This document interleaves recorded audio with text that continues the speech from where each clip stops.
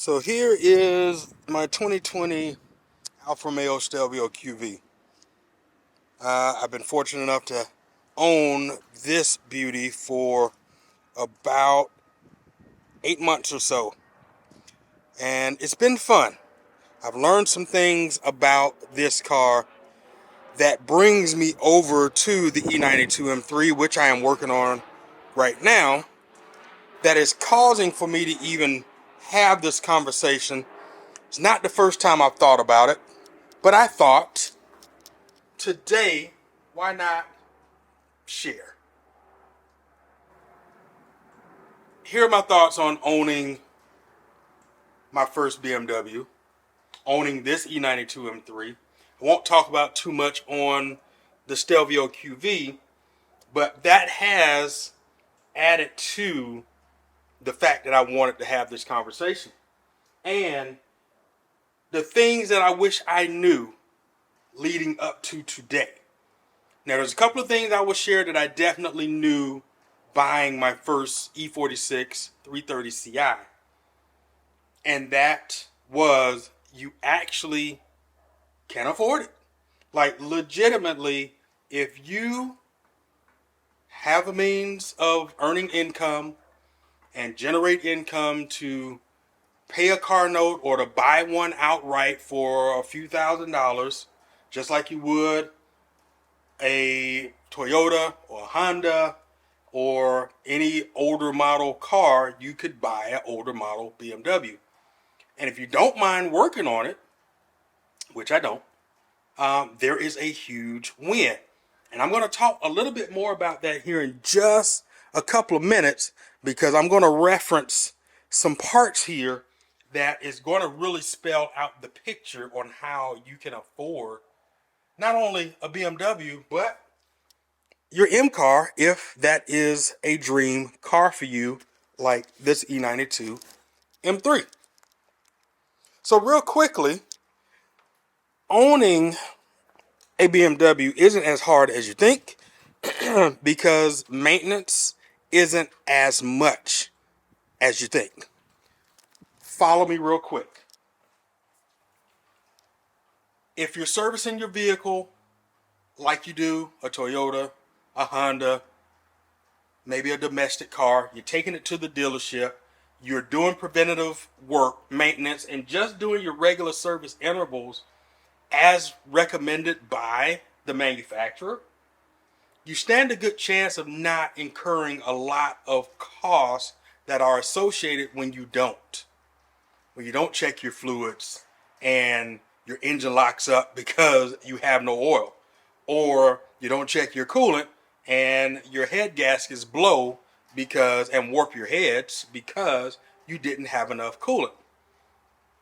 You mess up the fuel pump because you keep driving when the needle is pretty much on E. You're riding fumes, and you do that over and over and over again. And fuel is what keeps the fuel pump cool. So if you're continuing to do things like that, it doesn't matter what car you own, you're going to be running into costly repairs all of the time. And because I took care of cars that I own, and especially after I joined the Navy and started working on multi-million-dollar aircraft like the F-18 fighter jet, I realized I could work on my car. I had a Dodge Dakota truck, and it only had a 2.9 V6 in it. I really wanted I want to say, I'm sorry, 2.9 to 3.9, 3.9 liter V6. And I believe at the time they had a 5.2 and a 5.9 RT. I want to say the 5.2 was a Magnum V8 engine, and they had the 5.9 RT, which I fell in love with when I was a kid. But while I was in the Navy, I learned how to work on my truck, which led me to being able to work on my cars. And I've been working on my cars, doing DIY projects, I'd say since around 2005 or 2006. So I've been doing DIYs on my cars for a long time. Hence, there is the other component to owning a high performance car or owning a BMW or any other luxury brand or high performance brand that you want to own. If you decide you want to work on the car yourself, but more importantly, taking the cars in to get service, that is a big part. Now, you do not have to go to the dealership. That was something I learned before joining the Navy when I owned Mercedes predominantly. And I found independent shop of a gentleman that used to be the general manager over service department at a Mercedes dealership in Atlanta, Georgia. Therefore, taking it to him, I did not incur as much labor costs as you would going to the dealership. So if you're willing to service your car just like you would any other brand that's out there under the intervals that they recommend, it is not that expensive, especially if you are going to an independent shop versus the dealership and you're not going to DIY it yourself. Now, that brings me to the thing that I'm going to share right now. And actually, before I share that, let me say this part. Understanding what are the problem areas of a car will help you decide whether buying that car, in this case a BMW, is even worth it. All right, let me use this as an example. Let me slide this forward so I can open this door. And let's open the door. Now, before I bought my E46 330Ci, I did a little bit of investigating of consumer reports about what is all that? That's what them damn flies have been up here. OMG. The investigative report on what people were complaining about that car. And nothing was really solid on the car itself being bad. They complained about the material on this A-pillar here. It would start peeling down here. Now, this is a different material, but it had that soft, almost like Alcantara-like cloth type material. And sure enough, the E46 330Ci I had, it was peeling down here too. But that was the worst of the complaints, and I promise you, I had no problem using upholstery glue to reseal that, or would have paid to have somebody do it and go from there. So I felt like, even like the M3 right here, you have, let's see, to get some more light on this, you have the problem areas here where it is peeling. But if that's the worst thing that people are saying about the car, I don't have a problem buying that car, and neither should you, because the most important part is understanding what's under the hood and what the problems are with that. And let me tell you, I'll show you a problem area real quick when it comes to BMWs. Hold on, let me push this up a little further. I don't want to bang the door on that. So let's go under here, and I will just show you a couple of things if we can see it.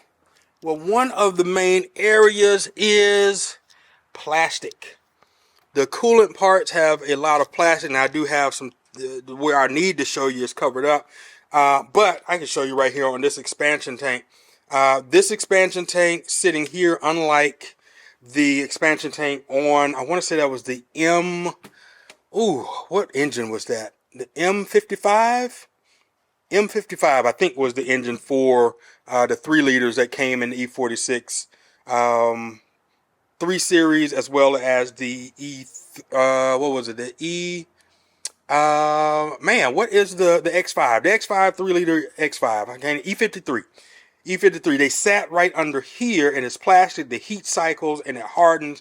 Everything cracks. So, unfortunately, BMW is notorious for having plastic cooling parts, and stuff starts cracking, so that becomes a nightmare. So if you start changing one part, you end up changing the whole system. So but that was something I did not hear in the forums.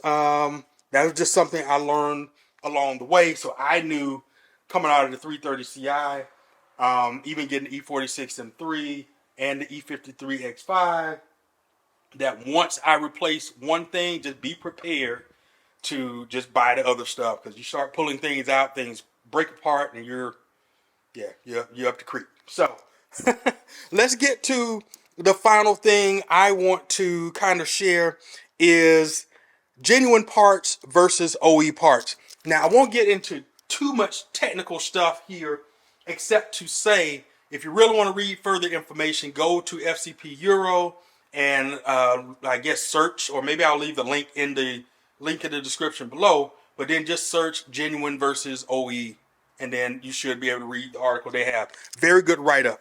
Now, right here, I'm just going to point out that we have, let me beef this artificial light here up a little bit, the ISO, and then let me turn on the light, if I can get it here.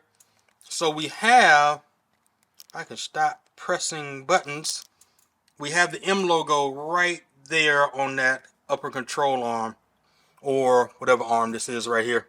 Guide arm, I think. I don't remember.